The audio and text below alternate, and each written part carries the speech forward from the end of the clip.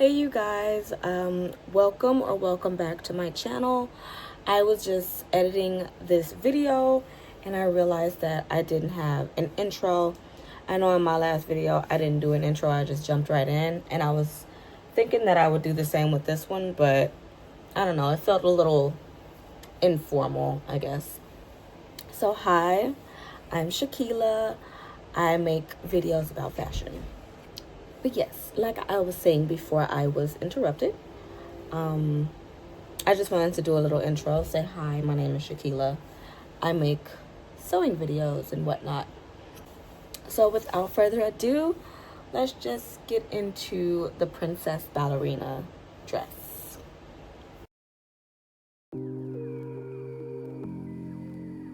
So I start off by drawing a line straight across because it's gonna give me a starting point to align all of my pattern pieces, because I am using a bodice block sloper that I have already drafted since I know that it fits me well. If you don't know how to draft a bodice sloper, I do have a tutorial up on my channel. Feel free to go check that out if you would like.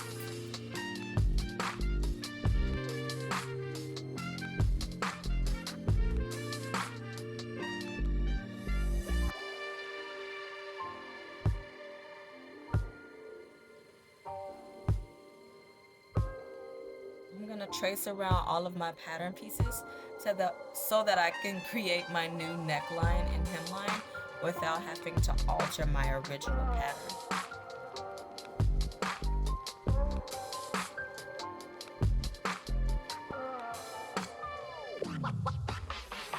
Then I just align all of the pattern pieces with my new neck and hemline together. I just tape them since this paper is super simple, honestly. I put those all together just to make sure that everything lines up and it's the same length all around.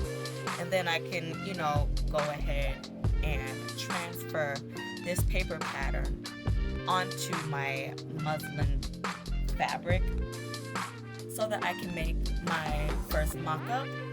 And since I am doing a corset mock-up, I am going to fuse a medium weight interfacing to the back of it.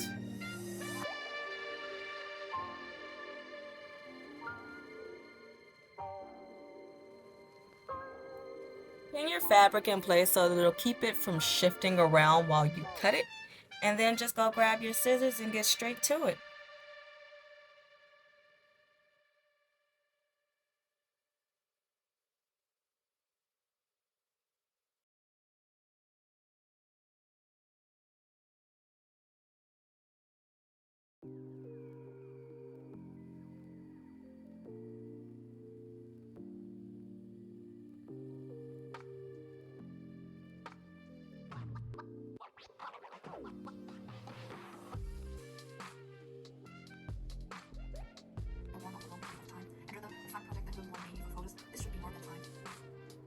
So after I cut the fabric, I let it double and trace the pattern pieces 2 times, making sure the pins and the base won't shift.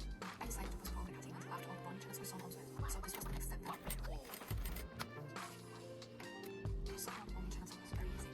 Since all of what I'm currently working on gets covered later, I simply draw all the lines on the fabric and sew them straight down. I'm making sure to sew all the bonding from top to bottom. It doesn't matter exactly how you do it, as long as it's always the same direction. This is a simple trick to decrease those little bugs that sometimes appear in the bonding channels. The fabric always shifts a little bit no matter how good you secure it together, and when only sewing in one direction, this happens even more around. After sewing all the bonding channels and securing the bottom of the strings, I began to trim all the threads, which was very satisfying. With both layers strongly secured together, I also had the seam allowance with some from the top, and finally cut out the pattern piece. And after this was done on one side of the stage, I did the other side and also sew in all the bonding channels, trim off the threads, and cut everything out. This is me doing the fitting for the first mock-up. I'm just taking note of everything that I would like to change. And I'm just getting a view from all angles so that I can go back later and look at the video and see if I missed anything, because I typically just take like mental notes or I'll write it on the corset. And I'm doing my little happy dance because I'm like, okay, good first try. But then the second try was even better because look at that, she looks great. So now I don't need a third mock-up She's snatching the waist how she's supposed to, and she has a nice curvature to her, and the back lacing looks a million times better. Now that that's done, I'm gonna go throw her on my new dress form. Happy dance again, of course. But I'm gonna throw her on my dress form, and I'm gonna get to draping this gorgeous pink stretch velvet that I did get from Joanne months ago. Rest in peace, Miss Joanne.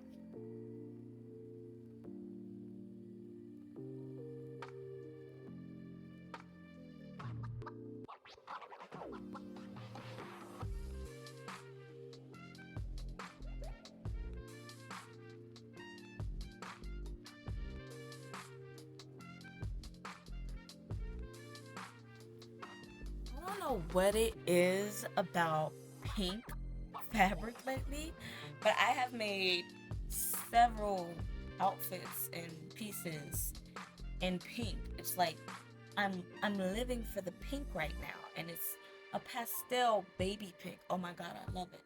And am I the only one that, I like the method of having the foundation garment and then just doing a bunch of artwork on top of it? I don't know if that's just me becoming more experienced in my designing and sewing, but I love it. I am hand sewing so much more because I did hand sew all of this velvet down, literally. And I also hand sewed the entire skirt that you're gonna see in this video. Crazy. It took me hours to do this. And if you're like me and you just appreciate, when you see things that are completely made by hand, not like, I don't know, you guys, I'm just rambling. But if you like to see things that are like hand sewn a lot, like how I do, you should definitely check out my last video that I posted, the rose dress. Now that dress, oh my god, it took me a few days to sew all of that by hand, and I accidentally left pins in it while I was sewing it, and so I couldn't go back and get the pins, you guys. There are still pins in that dress. That is insane.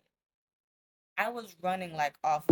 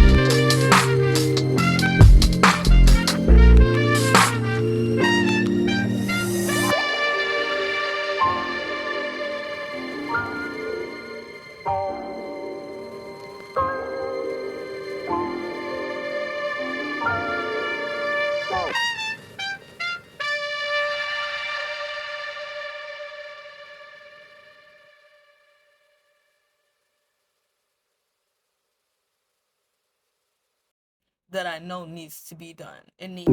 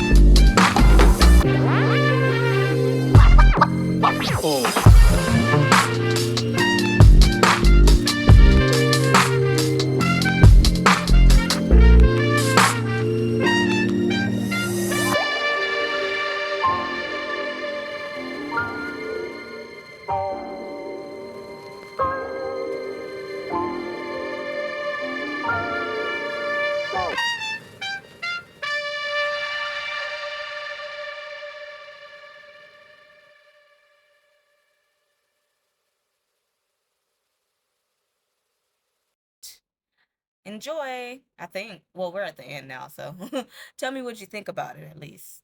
I try really hard. I love it. She's my baby.